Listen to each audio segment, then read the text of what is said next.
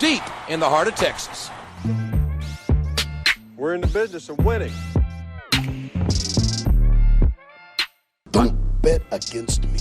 I don't bet anyway. Lose your life. All right, I'm going to step outside of my wheelhouse a little bit and talk about a little pop culture and the ending of Game of Thrones. And, you know, I'm in the minority and it's a bit of a hot take, which is why I'm making the video to begin with. And I know it's 7 years too late. I understand that, but we're here for the content, right? So I actually like the ending of Game of Thrones. I definitely didn't hate it, and I sort of liked it. You know, it maybe wasn't the perfect ending, but you hardly ever get that, right? But I actually liked it, and I'll go into why. But first, a bit of a backstory that I think is important for context is that about 3.5 years ago, I binge watched Game of Thrones in like a couple months, maybe like 1 to 3 months. I can't quite remember, but I binge watched it pretty quickly. And I think that gave me a different feeling on the ending. I'm going to say feeling because people can still analyze it and find out they still hate it or like it, however they watched it. But I think it gave me a different perspective and feeling on it because, you know, for the people who watched it as it was happening, they invested a lot of time into Game of Thrones, talking about it week to week, waiting for it, you know, episode by episode, season by season. And it's a lot of brain taking up a lot of space in your brain to remember everyone and who is who and what were all the storylines that happened over all this time that you were watching. And so I think people were wanting or expecting that payoff, that reward at the end that puts a bow on top. And the best metaphor I can think of is everybody wanted like that last puzzle piece to just sort of perfectly fit. And that was going to be it, right? And they were going to get this big payoff at the end of watching Game of Thrones where everyone is just where most of the fans and people who were watching it thought everyone should go and what should happen to them. And so I think they were left with a very empty feeling, or it wasn't, you know, hey, I put in all this time, please give me the perfect ending. Give me the ending that most of us are expecting or wanting or what we think should happen. And so for me, binge watching it in a couple months, I don't feel like I needed that big payoff. I just wanted an ending that at least made sense in some way.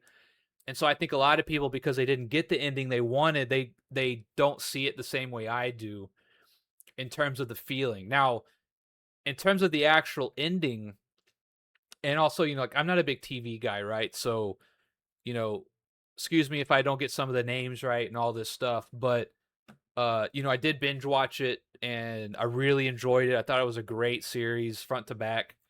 And I'm just specifically talking about the ending. I know that the last season or two there kind of dragged, and the character development, storytelling maybe was a little lackluster, and they replaced it with, you know, dragons and battles and metaphorical shiny objects, right? And a lot of people didn't like that, and I can see that and agree with it definitely to some degree. But just specifically talking about the ending, I thought it was a story of destiny in a way, and not destiny in how most people see it, where you just get to do whatever you want and become whatever you want to be, and that's your destiny, but that you can't run from who you are or what you are.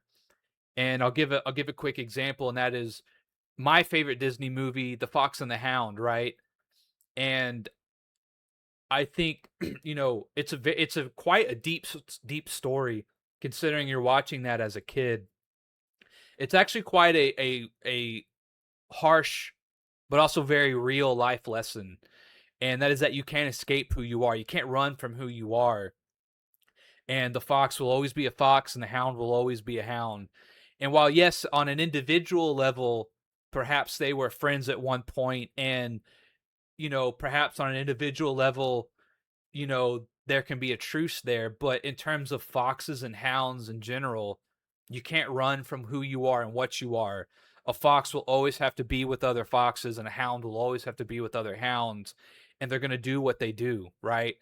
And I think as a kid, that's a very frustrating thing to watch or hear, because now I'm going to kind of get into the psychological part of why I think a lot of people didn't like it. And it goes with that, you can't run from what your destiny is and your fate and what you are. And that is, growing up, and there's, especially in this day and age, right? Everyone has this sort of thought in their head, even into adulthood, that they can be whatever they want to be and they can do whatever they want to do. And if they really wanted to, they could, become a rocket scientist or a doctor or something like that. And I'll give myself as an example, right? Obviously, at some point, I realized I wasn't going to be 6'8" with a 35-inch vertical, and the NBA or even like Division I college was not in my future, right? And some people take that personal, and they take it as like a failure on their part, or that the only reason I didn't make it is because of my coach in high school and all this kind of stuff, right?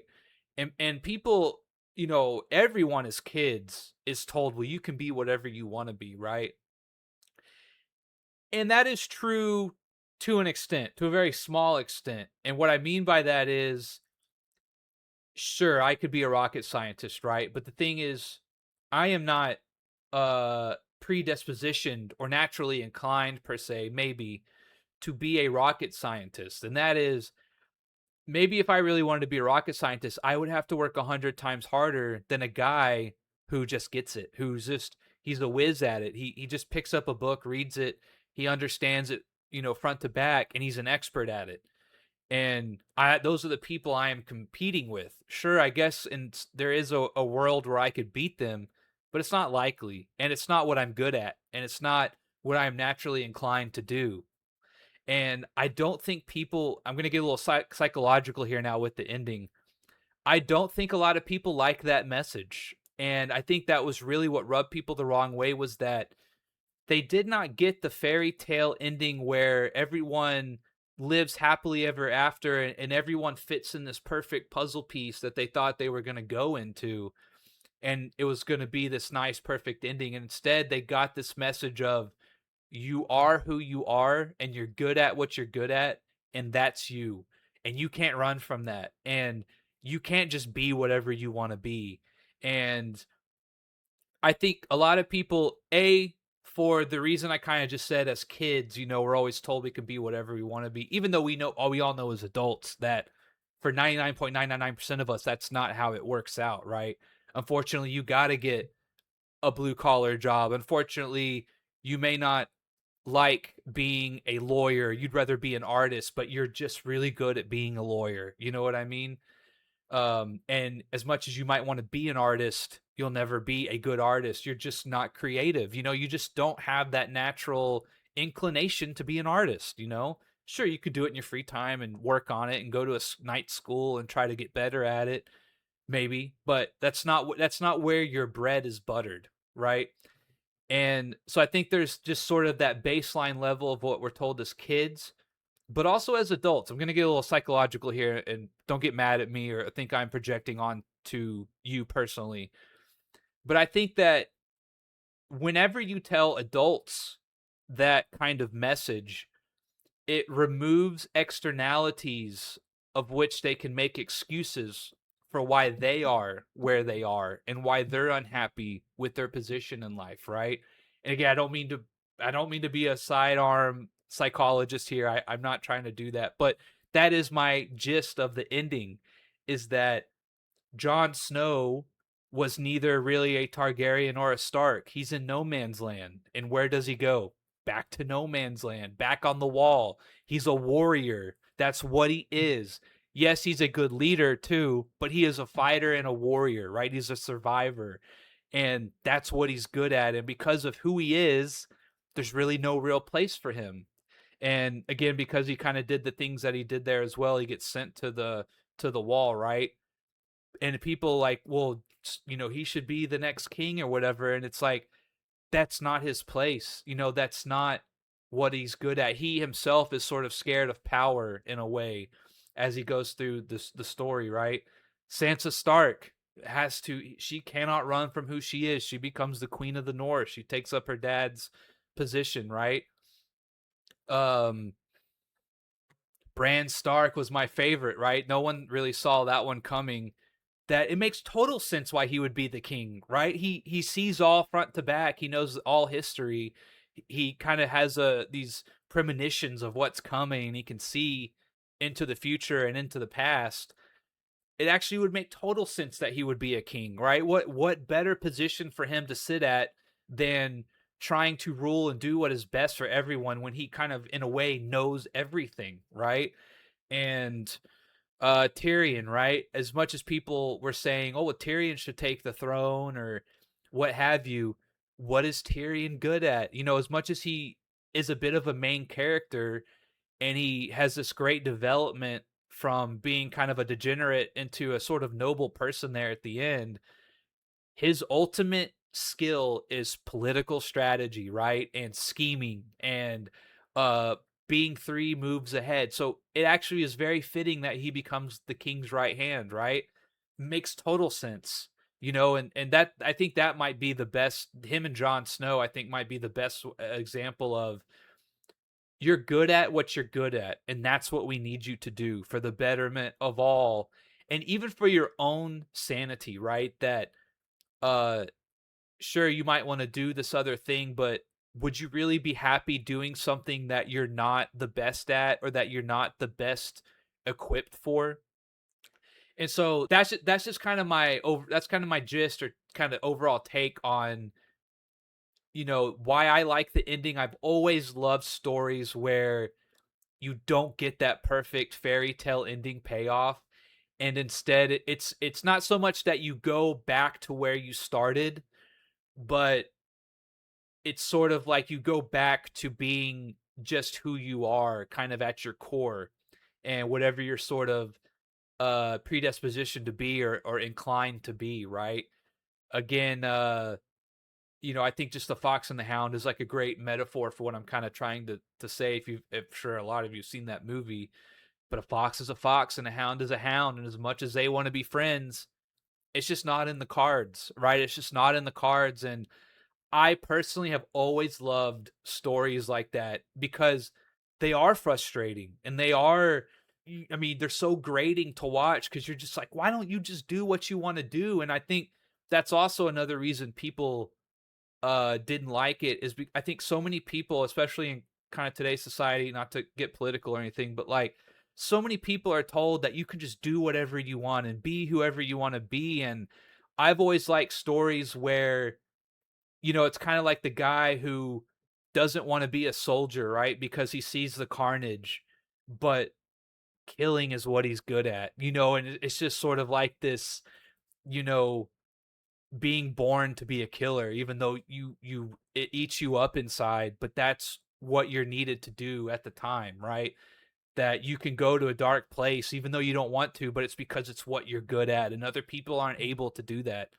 And I've just always loved stories like that or lessons like that, right? And I think it's actually a very real lesson, a very important one that like, yes, sure, you should try to become what you want to be, but you also need to be very in tune with who you are and what you actually are and what you're actually good at and where you maybe provide the most service. Again, duties, responsibilities, right? A lot of people don't like that. They don't like being told you have a duty and a responsibility and a loyalty to this community or this thing or whatever it is, and it's not fair. I didn't ask for that. I didn't want that, but you don't have a choice. It's who you are.